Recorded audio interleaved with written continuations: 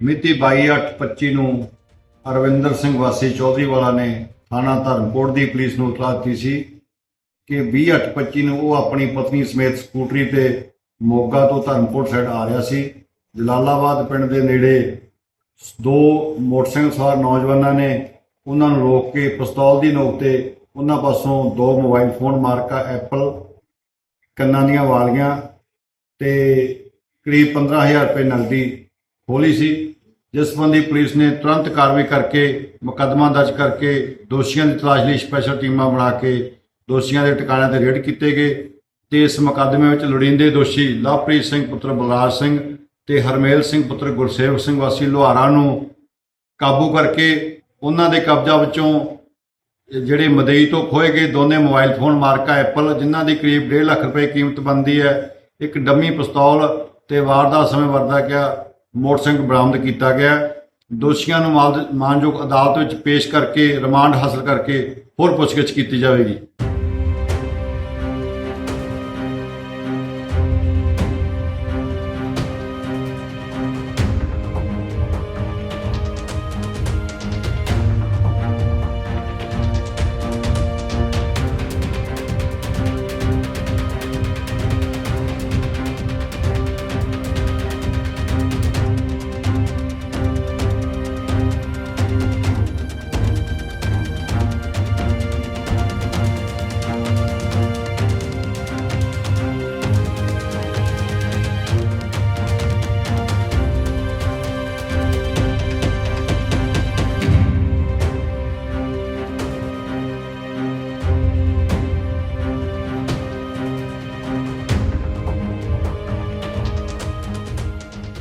ਮਿਤੀ 22/8/25 ਨੂੰ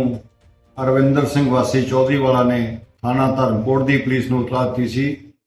ਕਿ 20/8/25 ਨੂੰ ਉਹ ਆਪਣੀ ਪਤਨੀ ਸਮੇਤ ਸਕੂਟਰੀ ਤੇ ਮੋਗਾ ਤੋਂ ਧਰਮਕੋਟ ਸਾਈਡ ਆ ਰਿਹਾ ਸੀ। ਜਲਾਲਾਬਾਦ ਪਿੰਡ ਦੇ ਨੇੜੇ